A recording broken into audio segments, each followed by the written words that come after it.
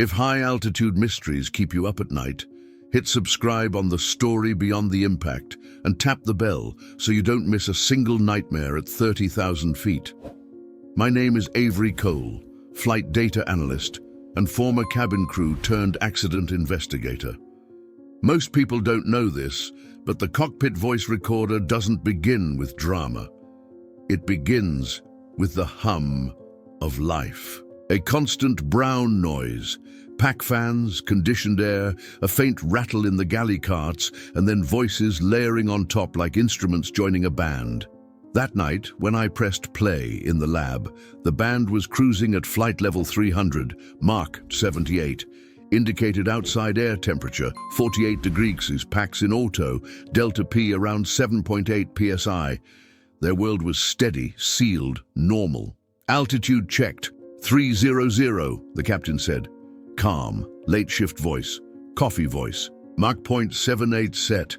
The first officer replied. I could hear her smile through the audio. She had the crisp diction of someone who'd been an instructor. Seat belt sign ding.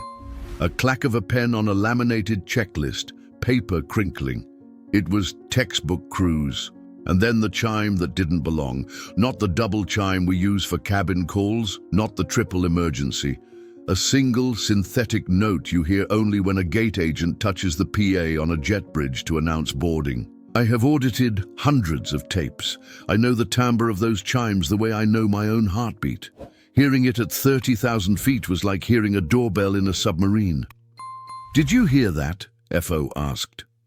Yeah, the captain answered, buying time, making it sound like a joke. Center didn't change our altitude. It's probably a bleed rumble, a lie, a small one, told to keep the aircraft's soul in one piece. In the background, the service interphone clicked alive on its own, a whisper of a circuit waking, then a faint murmur, so faint I had to roll the gain up until the room speakers hissed, "Doors to arrival, cross-check." It was the airline's own PA phrasing, the cadence every flight attendant can recite in their sleep, except it was out of place, out of time, a pre-recorded ghost threading into cruise. "Cabin, flight deck," the captain said, masking strain. "Go ahead," came the purser, Elise, her voice glassy but controlled. "Everything okay up there? Did anyone bump the PA?" "Negative, but L1 feels cold, like freezer cold. The handle is frostbiting through the glove." "You can't open a plug-type door in flight. Pressure locks it. Everyone in aviation says it aloud like a superstition, but nobody talks about the other side of the superstition. What happens when the door behaves like someone is trying to come in?" The CVR picked up Elise's footsteps forward. A metal clink. Then her breath slowing to manage panic. "The viewport's fogging, and Captain, I'm seeing St. Elmo's on the frame. Blue corona, inside the cabin." Static crawled the channels. For 3 long seconds, the CVR registered a tone I can't explain without sounding unprofessional. It was a room sound from a place that wasn't a cockpit. Tile floor, a distant rolling suitcase, and an artificial breeze like the kind hissing through an old terminal. When it bled back into engine noise, the FO was already up. "I'll take a look," she said, unbuckling. The seat rail thunked headset down with a soft knock. A 30-second gap of cockpit solitude follows on the tape. The captain alone with his instruments. He tapped the altitude selector once, as if touching certainty. The interphone clicked again. Through it, not Elise, not ground, not ATC, someone using the airline's voice.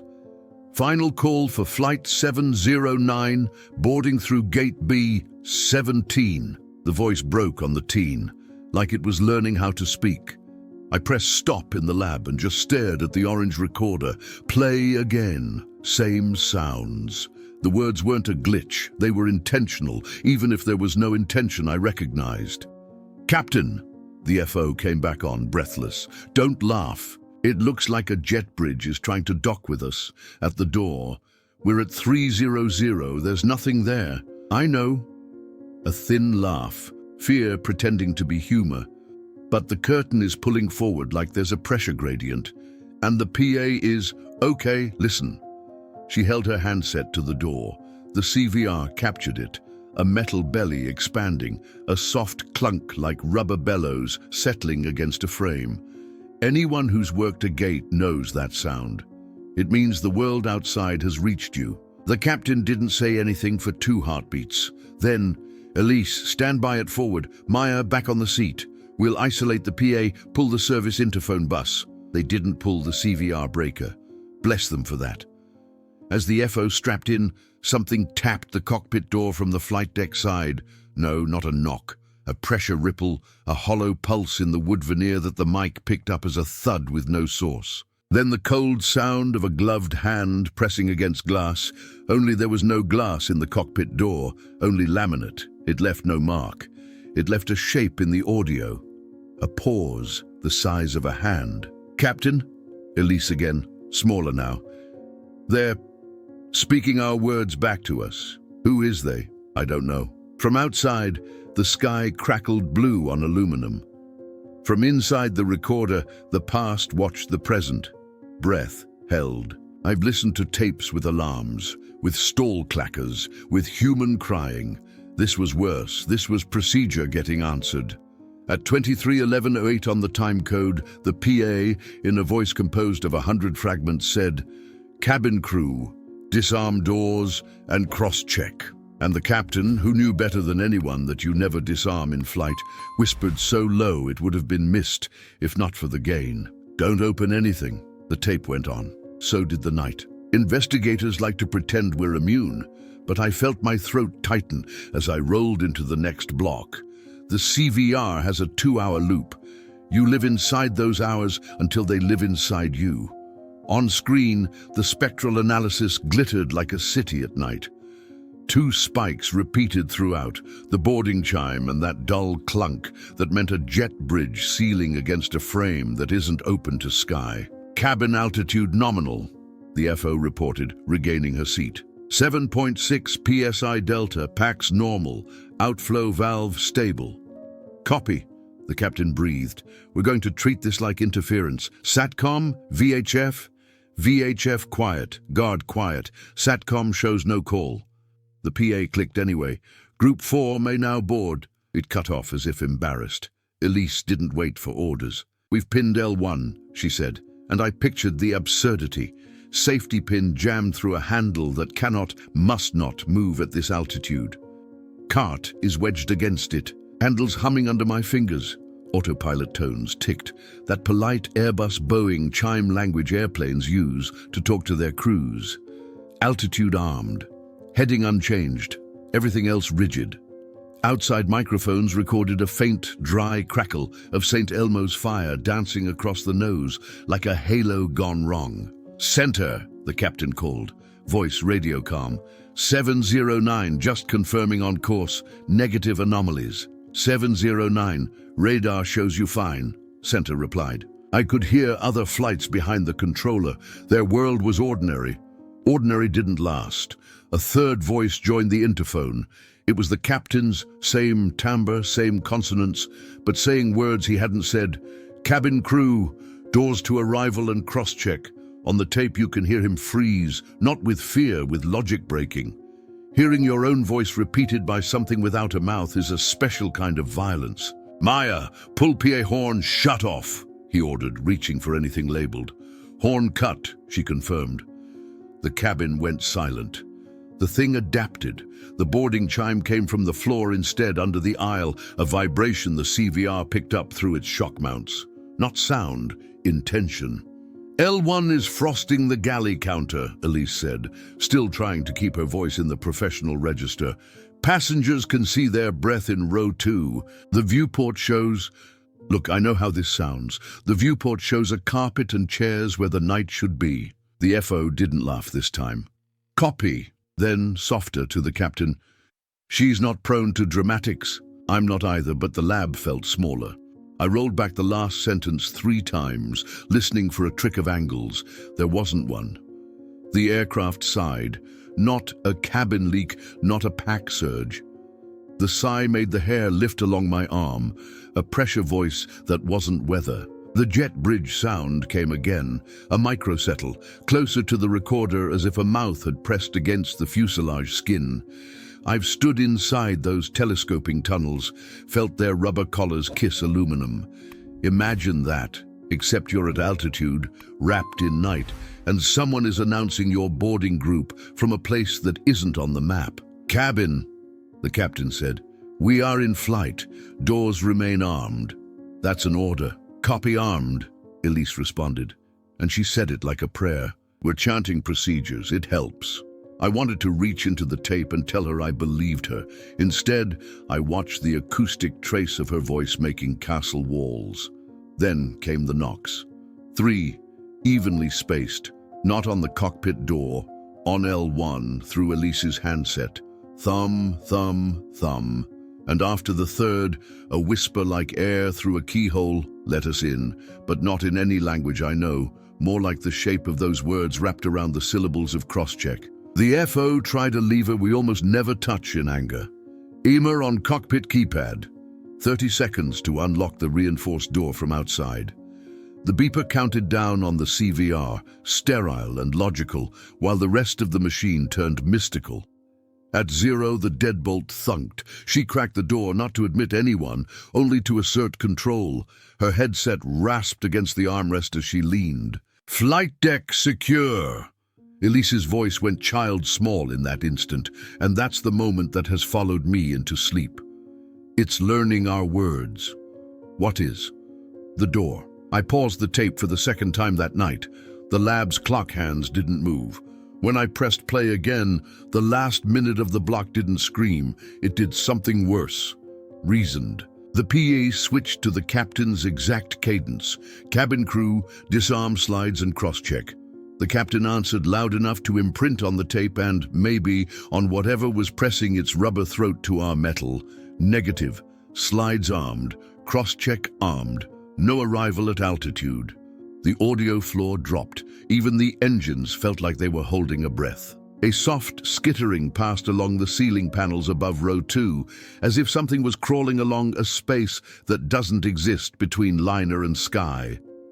The FO clicked her pen, 1, 2, counting down an imaginary checklist there is no page for, and then the thing used the only weapon that ever defeats professionals, intimacy. The PA voice, constructed composite, said my name. Not the captain's, not the FO's, mine. "Avery, cross-check." I knocked my knee on the lab bench so hard the headphones jumped. On the tape, nobody flinched. They didn't know me. They couldn't hear what I heard. The CVR recorded what was in the airplane. Whatever else spoke did so through a layer that remembered me. The captain's last words in that block were steady, the definition of airmanship. "We do not open anything in flight."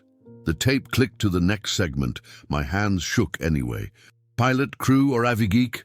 If you heard a boarding chime and doors to arrival at FL 300, what would you troubleshoot first? PA, interphone circuit, pressurization and outflow valve, or SATCOM VHF interference, and why?" The CVR is brutally honest about tiny things.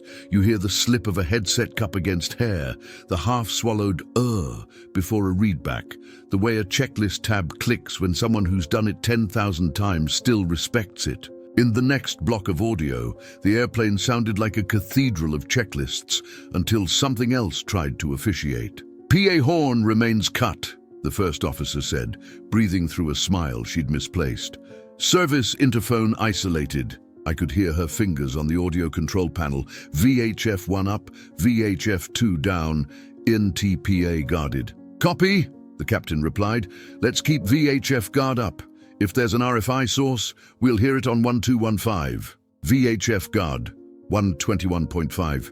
Stayed quiet. Every other airplane in the sky went about their night with their cart clatters and coffee refills, oblivious to a boarding chime ringing in a pressurized tube where nothing should be arriving. Elise clicked onto the interphone. "Forward cabin to flight deck. Go." "We've inserted the safety pin on L1. Handles humming, Captain. Like there's a phone on vibrate inside the metal." A half-second of silence while she chose whether to sound unhinged. She chose professional. Viewport shows something like a terminal. Carpet chairs. I know that's not possible. I'm reporting what I see. The CVR's area mic captured something you don't notice until you're trained to. Cold. Not the idea of it. The way airflow changes pitch over a frosted edge.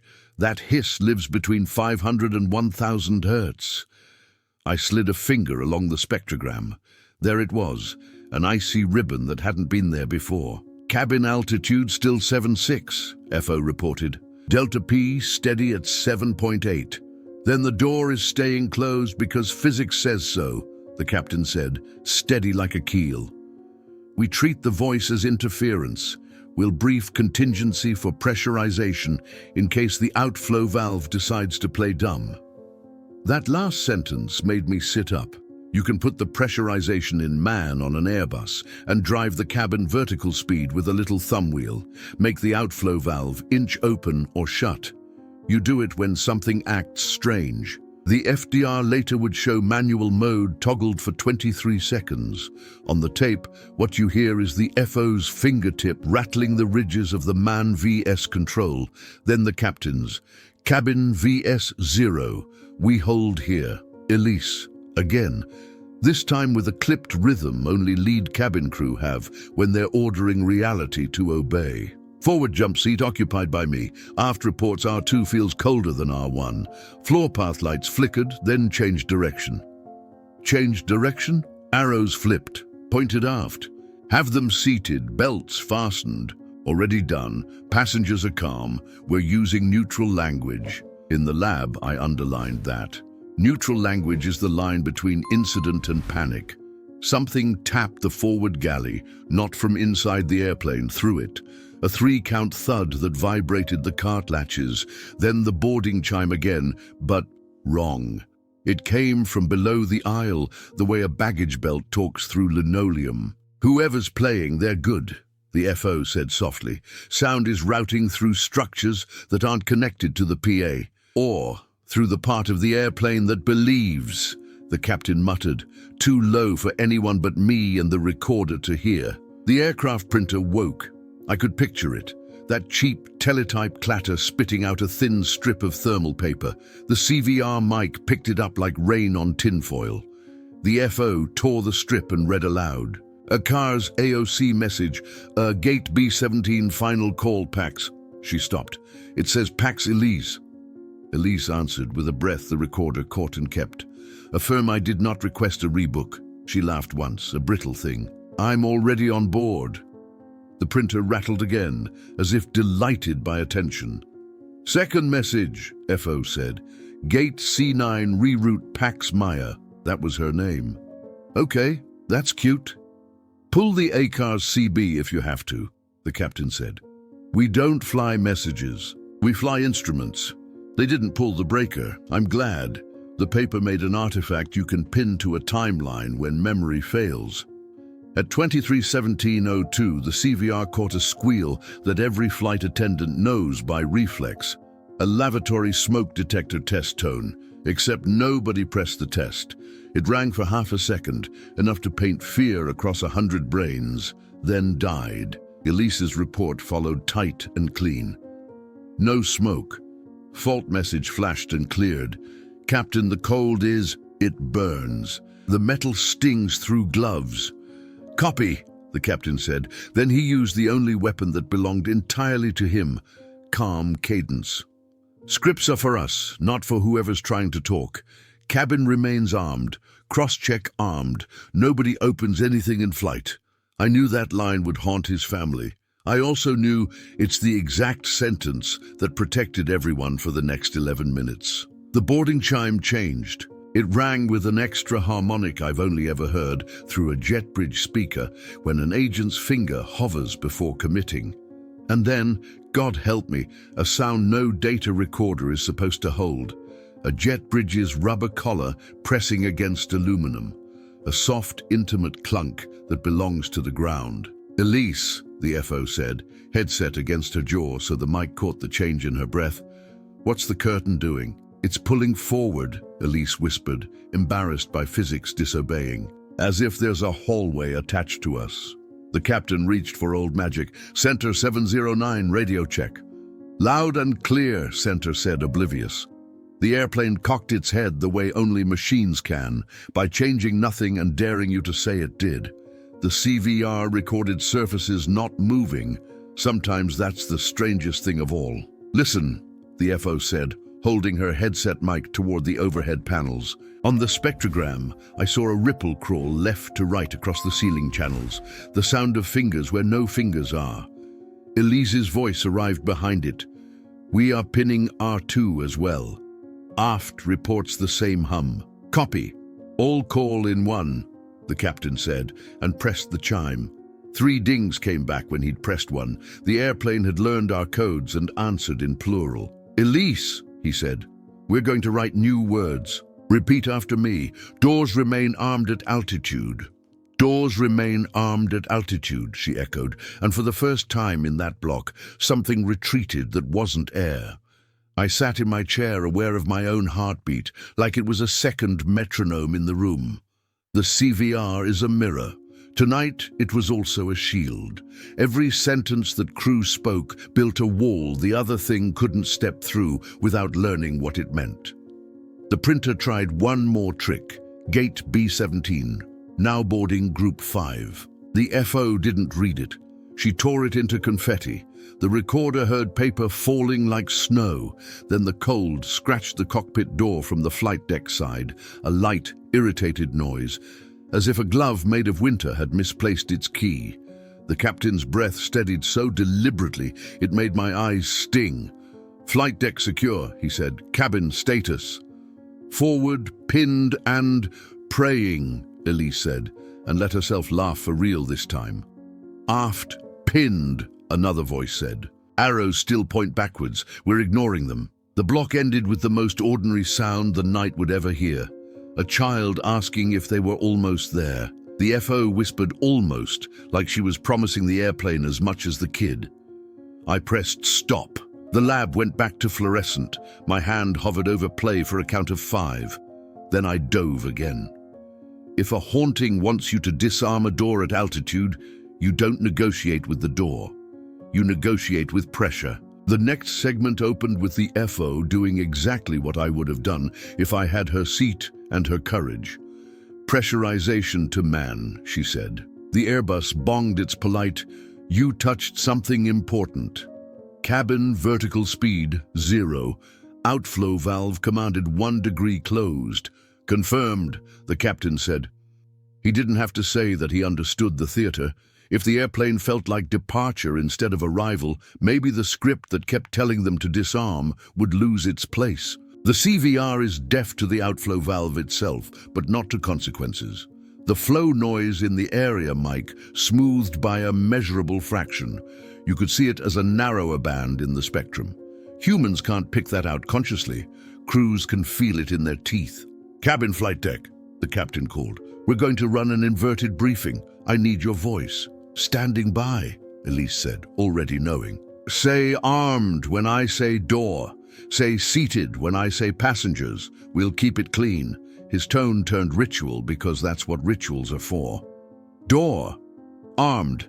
Elise and a half-dozen braver passengers answered. Passengers. Seated. Status. Cabin ready, Elise said, and the airplane objected by flashing the EMA exit lights for a single, ugly blink. The captain swatted them off from the overhead panel like flies. We leave those for the ground, he said. The boarding chime tried to reassert itself and came out warped, as if it had aged 50 years in a second. The CVR caught a compensatory noise I'd only ever heard outside in thunderstorms. St. Elmo's fire tick-ticking across a windshield. It should have stayed outside. This time it sounded like it had made a tiny home along the cabin ceiling, a blue seam setting its tablecloth on our plastic sky. Manual remains, the FO said. Cabin VS0. Outflow valve trending closed 1 more degree. You good with that? Good, the captain replied. We'll keep the cabin ascending by a hair, make the narrative fit departure. You don't fight a ghost with poetry. You fight it with numbers that tell a story the metal believes more than the whisper does. The interphone clicked and delivered a quiet mutiny. Not Elise, not a passenger. The airplane itself, borrowing their cadence. Cross-check, one word, shaped in the mouth of speakers never designed for language. It didn't say disarm. It said our word back to us. Elise beat me to the hypothesis. It's repeating cross-check without an object, she reported, like a bird trying out a syllable. Then we give it the object, the captain said. Cross-check armed. He spoke it so square the syllables landed like chocks against tires. Again, cross-check armed, the cabin answered louder. Someone clapped once before catching themselves. The printer had one more laugh. Gate C9, rebooked, Pax Maya. The FO's breathing changed by a hair. Nice try, she told the air, and fed the strip into the cockpit's ashtray slot. No cigarette touched it. The gesture mattered anyway. Center, 709, the captain called. Just to confirm, no notams about atmospheric anomalies over our route. The controller chuckled, mercifully human. 709, negative. You're a dot on my scope, doing dot things. The dot trembled. Not on his radar. In our tape. A quick sideways vibration like the world had nudged a jet bridge that didn't exist to improve its seal. The curtain at L1 hissed forward a breath. Elise's voice stayed steady. Holding. Safety pin firm. Cart wedged. Passengers helping. They're repeating with me. Copy helping, the captain said. It wasn't SOP, it was survival. There's a moment on the CVR where the ceiling panels above row 2 go quiet. You don't notice quiet until it's tactical. The crawling sound I'd heard in Chapter 3 had stopped moving. The FO must have felt it too. Whatever it is, it's perched, she said, over the forward galley. The captain's voice changed by 1 degree, just enough for me to write "fear admitted" in my notes. Understood. He made his voice larger with the checklist, a trick good captains learn from good teachers. Go around call-outs, he told the FO. It wasn't a joke, and it wasn't literal. It was the cleanest airborne ritual, for we are not arriving. To ga, she said softly but like a bell. Positive rate. Gear up. Climb, she finished. The CVR heard the words paint climb into the air, even with the auto-thrust unbothered and ALT-CRZ nailed down. Elise fed the same logic to the cabin. Ladies and gentlemen, remain seated for departure, she said, and somewhere an old pilot who taught her smiled without knowing why.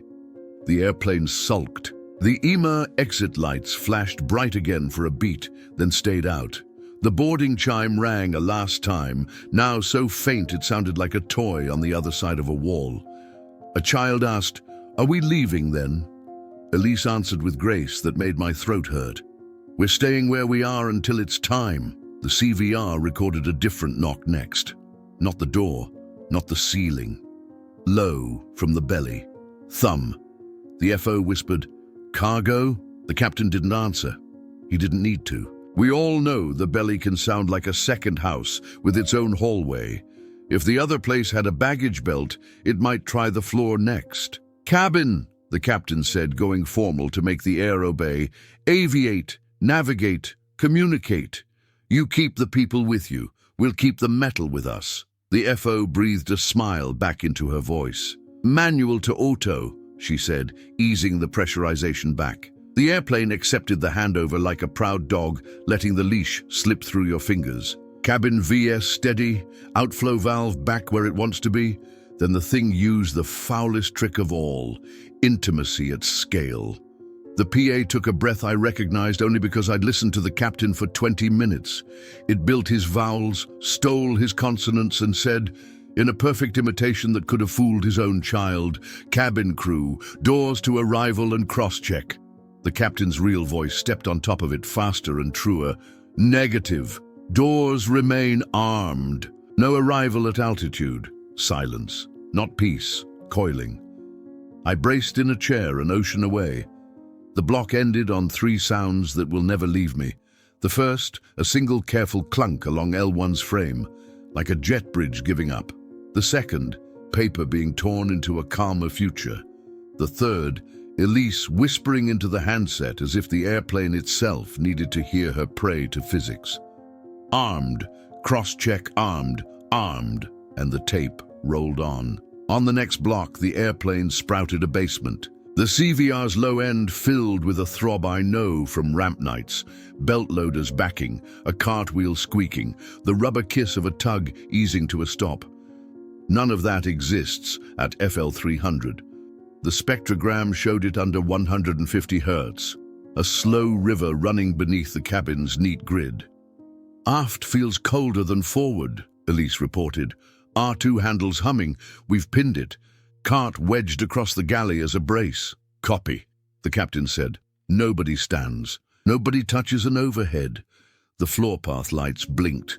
Arrows just flipped aft, the aft attendant added, voice thin on INT. They're inviting. Leave them. Belts on, Elise answered, her calm a rope we could all hold. Then came the sound that does not belong on any in-flight tape. A beep, beep, with the cadence of a loader in reverse traveling under the aisle. It made the seat legs vibrate. The boarding chime stacked on top of it like a DJ sampling our nerves. Pack flow to Hai, the FO said. Temps up 28 aft, 26 mid, 27 forward. Do it, the captain replied. Warm the story. The cabin air deepened. The hiss softened. Ovens clicked to on. The area mic captured something like snow retreating from a street lamp, St. Elmo's fire diminishing along plastic seams. The A-car's printer woke again. Tier, red, stiffen. Load sheet, baggage auto, B-17, the FO said. It lists names. Don't dignify it, the captain said. Paper tore. Confetti fell. A lav smoke tone peeled once. Clean, cruel. Fault, no smoke, Elise said instantly. The PA tried to stack panic. Final call, Group 5, C9. It cut off like it bit its tongue. The interphone chimed triple EMA from nowhere. The FO slapped horn shut off by habit even though the evac lights were dark. Belly noises moving forward, she narrated, like a belt aligning. Elise, status at L1. Viewport shows a terminal hallway, old carpet, empty chairs. The curtain keeps pulling forward like there's pressure on the other side. Safety pin firm. Then the airplane stole my name again. The PA didn't imitate the captain this time. It made a shape out of the hiss and said, intimate as a whisper in a boarding lane, Avery, present at B-17. I paused the transport reflexively in the lab. Play. There it was, objective as a waveform. The crew never reacts. They can't hear the part aimed at me. The CVR only holds the air between their walls. Language only, the captain said, as if he'd heard my pulse. We flood it with what we believe. Elise went full ritual. Door. Armed, answered a dozen passengers, shaky then stronger. Passengers. Seated. Cross-check. Armed. The loader beep stuttered. The underfloor throb slowed like a machine starving for power. The curtain eased back a finger width. A child asked if the airport under the window would come inside. Not tonight, Elise told him, and the CVR caught a smile inside her shiver. Something dragged along the ceiling above row 2, the same crawl as before, then stillness, like a crouch. The FO's pen clicked twice, her tell for thinking fast. If they want a rival, we keep telling the hull it's departure, she said. Outflow valve closed 1 more degree. Cabin VS 0. Cabin ready, Elise said, and for a second it sounded like a spell. The boarding chime tried once more, thin as a toy in another room. The hold beneath us answered with a single soft clunk, the kind a belt makes when the operator gives up and hits stop.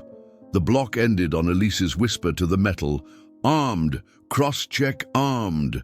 The recorder kept it like a warm stone. If Chapter 5 was the belly learning to speak, Chapter 6 was the sky trying to clear us to land. The next minutes opened with ATC calm and wrong. 709 cleared to land, runway B17.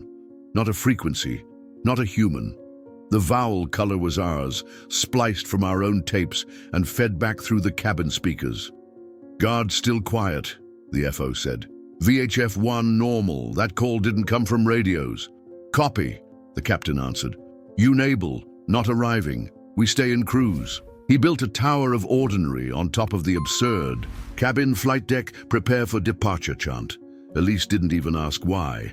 Ladies and gentlemen, remain seated for takeoff. On my cue, her voice braided with his. Too gay, the FO said, not touching thrust. Positive rate, the captain met her. Gear up. Climb. After takeoff, seated cabin, Elise concluded, and a ripple of buckles clicked as if the airplane wanted that sound. The EMA exit signs flashed in protest, one bright blink, then dark. The ACARS printer spit a new cruelty, rebooked C9 Pax Maya, and the FO fed it to the ashtray slot like an offering to a god she refused to worship. A new artifact rose on the spectrogram, radio altimeter callouts, the synthetic 5040 that only triggers near ground. They were faint and phantom, drifting along the ceiling like flares in fog. RA flagged, the FO said dryly. We are not near anything. The airplane knocked from the cockpit side again, a glove of winter testing laminate. Deny, the captain said, tapping the keypad, not because anyone was outside, because words were our doors now. The bolt thunked, logic embodied. Below, the belly tried a baggage belt encore, 2 beeps and a sulk. Above, something settled over the forward galley like a cat deciding to own a warm box. The area mic registered the quiet of a poised thing. Manual press, 0, the FO narrated. Cabin VS steady, outflow valve where it belongs. Pax HI, temps holding. Copy. Keep it boring, the captain said, and the CVR loved him for it. Elise checked in. Passengers repeating with me. Row 2 kid asks if the airport needs tickets. Tell him we're oversold, the captain said, deadpan. Laughter loosened the air. Even the machines seemed to flinch at humor. Then the voice that had borrowed us went intimate again. It didn't say disarm. It used our one true word. Cross-check. Just that, like a finger drawing circles on a tabletop it wants to be let in. Give it the object, the captain said. Cross-check. Armed, Elise answered. A tide of human throats lifted the second word. It hit the fuselage like chocks under tires. The boarding chime faded so far, I had to lean on the gain to prove it still existed. In the noise floor, I heard a last trick, the sound of a jet bridge retracting, rubber collar sigh, telescoping groan, backing away from L1. If you've ever waited at a door with a late stroller in your arms, you know that sigh. This one happened in the sky. All call, the captain said and pressed the chime. This time one ding answered one ding, no mimicry. Forward. L1 armed and pinned, Elise said. Viewport shows only night. Aft. R2 armed and pinned, came the reply. Floor arrows normal.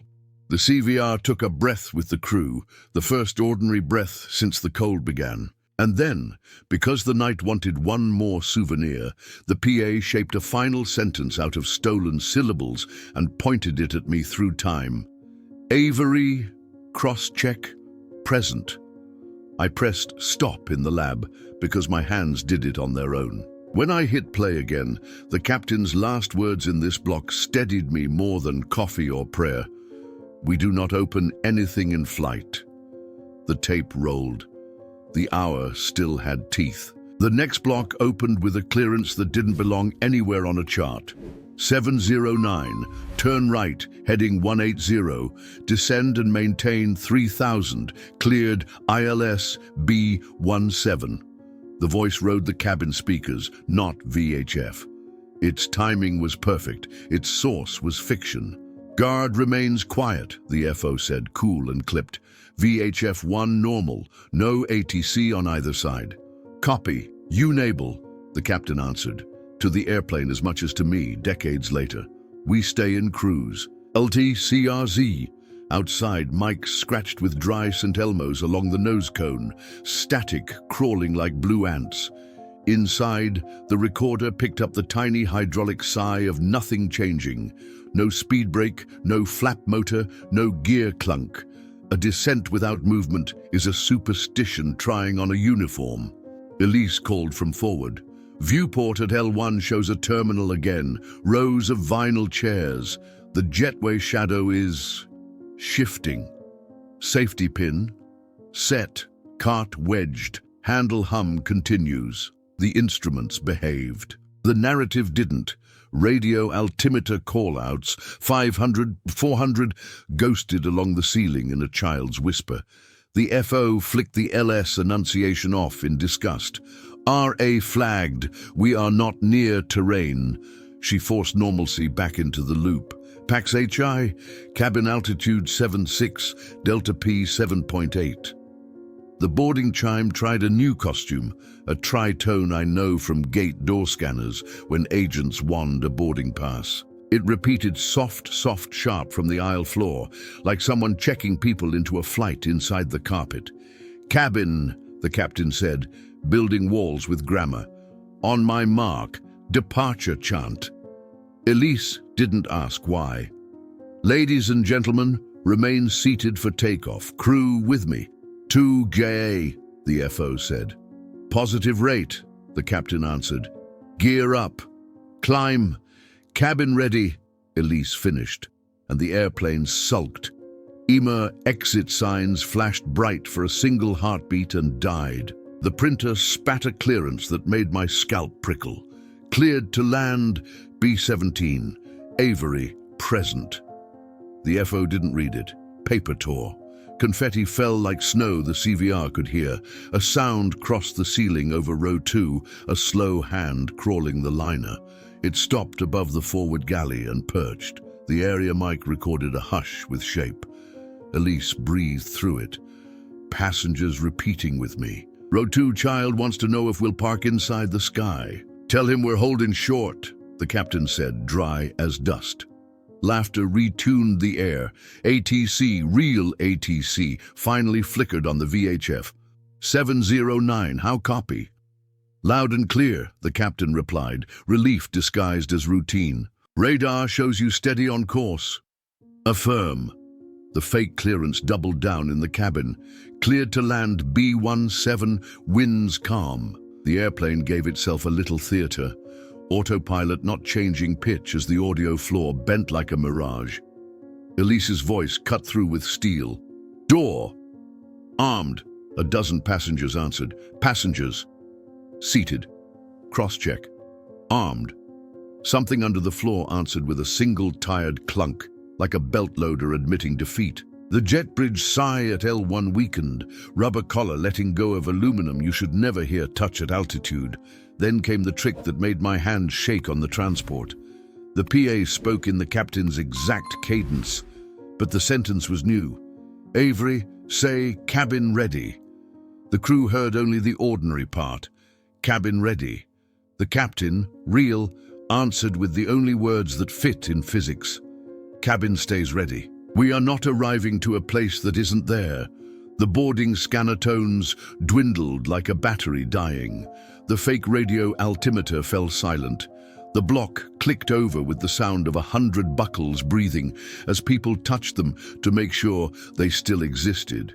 When hauntings can't land you, they try to touch you. The next minutes were a negotiation of fingertips. Tap 3 counts on the cockpit door from the flight deck side. No one stood. The keypad's EMA timer beeped once, as if the airplane wanted to unlock itself out of habit. The captain tapped D&Y with a knuckle that didn't tremble. The bolt thunked. Logic made audible. Aft status, he called. R2 pinned, the attendant answered. Floor arrows normal again, temperature rising, passengers chanting. Forward, he said. L1 pinned. Viewport shows only night, Elise replied, and couldn't help adding, like it remembered how to be a window. The printer grabbed for me, B-17 standby, Avery, and the FO fed the strip to the ashtray slot with the deliberateness of an exorcism. The cabin speakers, starved of a script, tried on intimacy instead. A breath shaped into syllables that weren't a word until the airplane learned them. Cross, check. Give it the object, the captain said, voice like a metronome. Cross-check armed, the cabin answered louder than they meant to. The hull took the word the way wheels take chocks. Something along L1's frame made the sound of a jet bridge rolling back. Rubber sigh, telescoping retreat, 50,000 feet above any ramp that ever was. The FO whispered the checklist you use when you want an airplane to remember itself. Pressurization auto, PAX HI, seatbelts on, no smoke on. Emma exit, lights off. Say it like you mean it, the captain told her. So she did, and the CVR made room for authority. Then the recording did something I have never seen on a case file. It bled in outside. For 2 seconds, no more, the area mic captured tile echo, a wheelie bag rolling, the fluted hiss of an ancient terminal HVAC, and the precise, lonely clack of a boarding door closing somewhere. No radar returns. When the cabin came back, 3 passengers sobbed once and stopped, as if they'd looked at an ocean and decided not to fall. Status, the captain said, unflinching. Cabin ready, Elise replied. Door armed, cross-check armed, we're here. The fake ATC made one last pass. 709, cleared to land. The captain answered with the line that would follow me home and sit at my kitchen table when the house got quiet. We do not open anything in flight, and we do not arrive where there is no ground. The airplane, its soul, if you'll allow the word, accepted that sentence before the systems did. The Emma exit lights blinked in surrender. The boarding chime curled in on itself and became silence. The cold was still there, but it had nowhere to go. ATC, real, returned, bored and beautiful. 709, expect descent in 10. Roger, the captain said, and he smiled. You can hear it here. Cabin, prepare for a normal day. The block ended on 3 human sounds that beat any ghost. A crew breathing in sync, a child laughing because nothing terrible happened in the last minute, and a pen scratching a logbook entry that would never explain the truth. Real ATC returned like daylight through blinds. 709, descend and maintain flight level 240, leaving 300 for 240. The captain read back, voice human, grateful. For the first time, the CVR held the gentle choreography of an honest descent. You can hear thrust levers ease, a faint trim wheel tick, the hiss of packs deepening when the FO nudged the target temp back toward normal. The printer stayed quiet, as if the other airport had run out of paper. Seatbelt sign on, the captain said. Ding. The cabin answered with 100 buckles checking themselves. Pressurization auto, cabin VS, 3 to 400 down, the FO narrated. Delta P trending down, outflow valve obedient. Obedient is my favorite word, he said, and the tape smiled with him. The haunting wasn't done. A radio altimeter call-out, 50-40, ghosted along the ceiling where no ground existed yet. A child's whisper wearing a synthetic voice. The FO clicked LS off with a sigh. RA flagged, we're not near anything. Outside mics registered a last scratch of St. Elmo's blue on the nose, like static packing its suitcase. Cabin, flight deck, normal descent, the captain called. Elise answered with a professionalism that sounded like prayer. Copy normal, L1 pinned, viewport shows only night. Aft, R2 pinned, arrows normal, temperature comfortable. ATC again. 709, descend and maintain 10,000, expect the ILS 17. Down to 10, expecting 17, the FO read back. Flap motors hummed, real this time. The recorder caught that velvet heavy air that moves through a cabin when drag grows on purpose. A soft click, landing lights on. The cabin brightened as if relieved. The other voice tried one last script, boarding scanner tones, soft, sharp, rising from the aisle floor. They faltered like a battery dying. The printer coughed a final strip. B-17, final, Avery, present. The FO didn't read it. Paper tore. Snow fell in the cockpit again. Before landing, checklist to the line, the captain said. Approach brief, complete. ECAM, no blue. Elise's cadence threaded the gap. Ladies and gentlemen, remain seated. We'll be on the ground shortly. She didn't say where. The airplane could have that ambiguity. Humans couldn't. 6,000.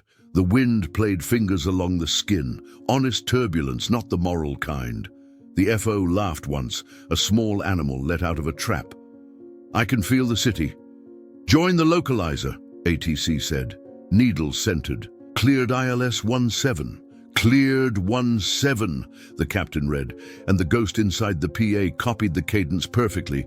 Cleared, then choked on silence when nobody fed it the rest. "Cabin? Cabin ready," Elise said, and the words fit the world again. 3,000. The RA voice, the real one, began its countdown somewhere far in front instead of in the ceiling. The CVR held that peculiar hush of a crew coiled but calm, each neuron assigned a job. "Stable," the FO said at 1,000. "Stable," the captain agreed, and the airplane's soul and steel agreed with him. Outside, the mics picked up wet on the runway. Inside, a child whispered, "Don't let them board the sky." Elise answered so softly the tape barely caught it. "Not tonight." The fake boarding chime rang once more, a toy in a suitcase. Then the suitcase closed. Approach lights strobed like a spell we all agreed on. 500, 400, 3. The FO's hand rode the thrust levers like a violinist's bow. The captain held glide and truth. Minimums, continue, 100, 50, 40, 30, 20, retard. A kiss of mains, nose wheel gentle, spoilers honest. Reverses breathed, the wet hissed away. The CVR took a breath with the airplane that every flyer knows. We're home. "Manual braking," the captain said, 70 knots, vacating left. ATC, real board perfect, gave taxi and gate. No B numbers, no ghosts. "Cabin, stand by," he called. The PA answered in only one language now. "Forward. L1 pinned, cold gone," Elise said, laughing through relief. "Viewport shows a jet bridge where jet bridges live." "Aft. R2 normal," came the reply. "Passengers clapping," she added, apologetic and happy. "Chocks in, beacon off." The airplane sagged into ramp gravity. The printer mercifully stayed dead. "Cabin crew, disarm slides and cross-check," the captain said.